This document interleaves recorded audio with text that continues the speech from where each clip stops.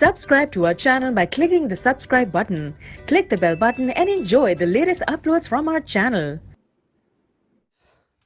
So hello guys, आज की इस वीडियो में मैं आप लोगों को बताने जा रहा हूँ एक क्वेश्चन जो कि है why did nationalist tension emerge in Balkans.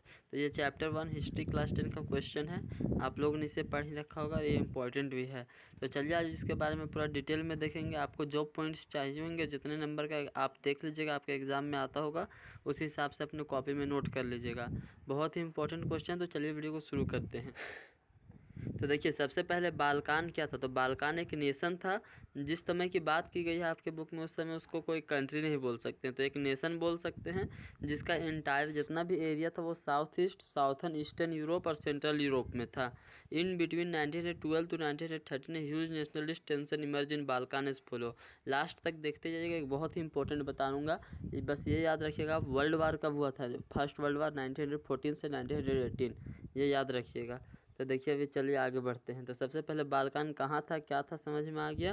तो इसमें एक ह्यूज नेशनलिस्ट टेंशन था। मतलब टेंशन मतलब समझ रहे हैं सर, टेंशन नॉर्मल टेंशन होता है कि यार मेरे तो कुछ पढ़ाई नहीं कर रखी, तो वैसे ही टेंशन मतलब इमर्ज हो गया था बाल्कान में, मतलब स्टार्ट हो गया था। तो क्यों स्टार्ट हुआ? तो वो पहला रीज़न है उसका इथनिक वेरिएशन। इसका मतलब क्या होता है? इथनिक वेरिएशन मतलब हो गया जैसे जातिवाद, या फिर मतलब कि तुम कम कमाने वाले ग्रुप के हो, तुम अलग रहो, तुम ज़्यादा काले वाले लोग हो, तुम लोग अलग रहो, वैसे ही वेरिएशन होता है। तो उस टाइम यहाँ कुछ अलग टाइप का वेरिएशन था। देखिए यहाँ पे क्या है। तो देखिए, सबसे पहले था एथनिक वेरिएशन। तो देखिए, Balkan was a region of geographical and ethnic variation. Balkan एक ऐसा रीजन था जहाँ जोग्राफिकल के साथ साथ एथनिक वेरिएशन भी था, जिसमें अभी देखिए क्या क्या है। अभी के हिसाब से अगर देखें तो बाल्कान्स में Romania, Bulgaria, Albania, Greece, Macedonia, Croatia, Bosnia, Serbia, Slovenia, Montenegro and सब ये सब जितना सब आ जाता है। इस मतलब एरिया के जितना भी इनहेबिटेंट थे, मतलब जो यहाँ रहते थे, उन्हें स्लेव्स बोलते थे। तो ये हुआ इथनिक वेरिएशन की। यहाँ मतलब इतने सारे थे, जैसे हमारे इंडिया में भी बहुत वेरिएशन है, लेकिन यहाँ का एकता बहुत ही मतलब बहुत ही अमेजिंग थिंग है कि यहाँ इतने सारे मतलब वेरिएशन के बाद भी एकता है। वरना आप देखिएगा तो बाकी और कहीं वैसा नहीं है कि मतलब और सब साथ साथ रहे। उसी तरह यहाँ पे बहुत सारा वेरिएशन था।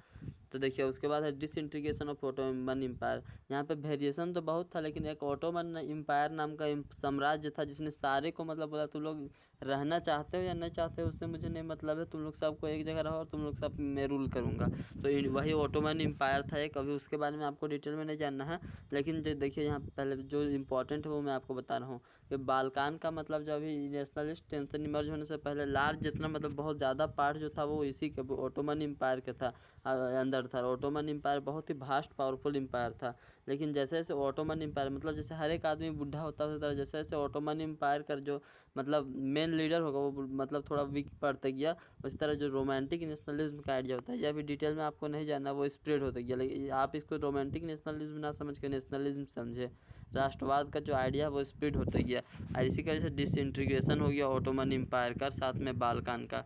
अब जैसे ही डिसइंटीग्रेशन मतलब क्या होता है मैं आपको बताता हूँ। जैसे पहले एकता था, अब अनेकता हो गया, मतलब अब एकता नहीं रहा। जैसे भारत में आंध्र प्रदेश, तेलंगाना जितना सब अलग होने लगे, मतलब जितने सब स्टेट है बोलेंगे कि नहीं मुझे अपना अलग, हम भी अपना अलग कंट्री बना लेंगे, तो उसको बोलते हैं कि डिसइंटीग्रेशन हो रहा है। उसी तरह यहाँ पे बाल्कान में भी होने लगा। तो इससे मतलब जैसे ही देखिए, फिर से समझिए, जैसे ही ओटोमन एम्पायर कमज़ोर पड़ा तो सब मतलब अपना अपना अलग होना चाह रहे थे, तो इसमें म्यूचुअल कन्फ्लिक्ट होने लगा। म्यूचुअल कन्फ्लिक्ट मतलब ये हुआ कि जितने मतलब वहाँ पे थे, जैसे कि आंध्र प्रदेश वाला चाहेगा कि नहीं मैं ज़्यादा से ज़्यादा एरिया अपने पास रखूँ, फिर सामने तेलंगाना वाला चाहेगा कि नहीं ज़्यादा से ज़्यादा मैं अपने पास रखूँ, मतलब सब चाहेंगे कि पूरा का पूरा एरिया मेरे अंदर में आ जाए।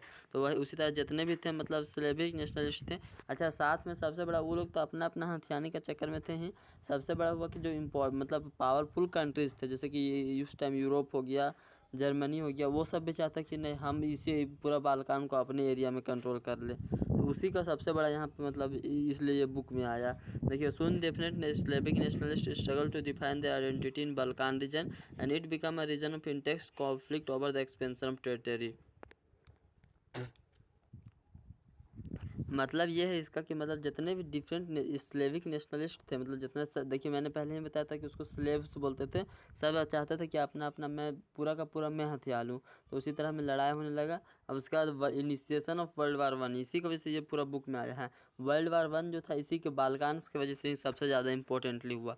अब जितना देखिए यूरोप चाहता कि नहीं मैं पूरा बाल्कान में अपनाऊँ, जर्मनी चाहता था कि नहीं पूरा बाल्कान्स मेरा होगा, उसी तरह उधर फ्रांस भी बाद में, फ्रांस पहले ही आज़ाद हो गया, अब धीरे धीरे वो भी पावरफुल हो चुका था इस टाइम तक। वो चाहता था कि नहीं पूरा मैं ही हथियाऊँ, तो इसलिए वर्ल्ड वार स्टार्ट हुआ कि मतलब कौन हथियाएगा, उसी के चक्कर में वर्ल्ड वार स्टार्ट हुआ। देखिए लिखा हुआ है, at the same time great European power like Russia, Germany, England, Australia, Hungary were keen on keeping the control of Balkan region because it Balkan region was important from trade point of view. This led to a series of war in this region and finally to the First World War. देखिए यही first World वार, इसलिए ये important भी है और इसको कई बार दे भी दिया जाता है क्वेश्चन पेपर में। तो अच्छे से आप लोग नोट कर लीजिए, पूरा जितना पॉइंट हो सकता था मैंने लिख दिया पॉइंट टू पॉइंट। तो चलिए पढ़ाई करते रहिए, चैनल को सब्सक्राइब करिए, दोस्तों के साथ शेयर करिए। All the very best.